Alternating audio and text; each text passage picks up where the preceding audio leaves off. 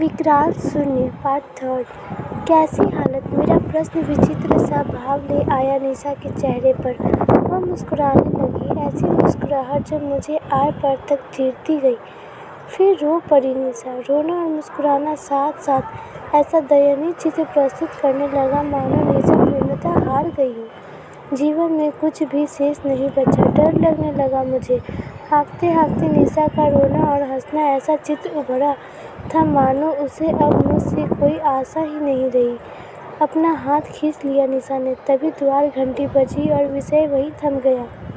मैं ही दरवाज़ा खोलने गया। सामने वही पुरुष खड़ा था, मेरी तरफ कुछ कागज बढ़ाता हुआ।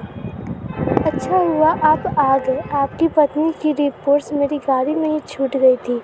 दवा समय से देते रहिए। इनकी सांसें बहुत फूल रही थी, इसीलिए मैं ही छोड़ने चला आया। अवाक था मैं। निशा को 4 महीने का गर्भ था और मुझे पता तक नहीं। कुछ घर छोड़कर एक क्लिनिक था जिसके डॉक्टर साहब मेरे सामने खड़े थे। उन्होंने 1-2 कुशल स्त्री विशेषज्ञ डॉक्टरों की पता मुझे दिया और जल्द ही जरूरी टेस्ट करवा लेने को कहकर चले गए। जमीन निकल गई मेरे पैरों के तले से। कैसा नाता है निशा से मेरा, वह कुछ सुनाना तो मेरे पास सुनने का समय नहीं है। तो फिर मैंने शादी क्यों की, अगर पत्नी का सुख दुख ही नहीं पूछ सकता तो? चुपचाप आकर मैं बैठ गया। मैं निशा के पास। मैं पिता बनने जा रहा हूँ, यह सत्य अभी अभी पता चला मुझे और मैं खुश भी नहीं हो पा रहा। कैसे आंखें मिलाऊं मैं निशा से? पिछले कुछ महीनों से कंपनी में इतना ज़्यादा काम है कि सांस लेने की फुर्सत नहीं है मुझे। निशा दिन प्रतिदिन कमज़ोर होती जा रही थी और मैंने एक बार भी पूछा नहीं उसे क्या तकलीफ़ है। निशा के विरोध के बावजूद मैं उसे उठाकर बिस्तर पर ले आया। देर तक ठंडे पानी की पट्टी रखता रहा। करीब आधी रात को उसका बुखार उतरा। दूध और डबल रोटी ही खाकर गुजारा करना पड़ा उस रात।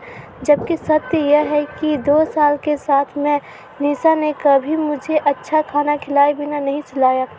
सुबह मैं उठा तो निशा रसोई में व्यस्त थी। मैं लपक कर उसके पास गया।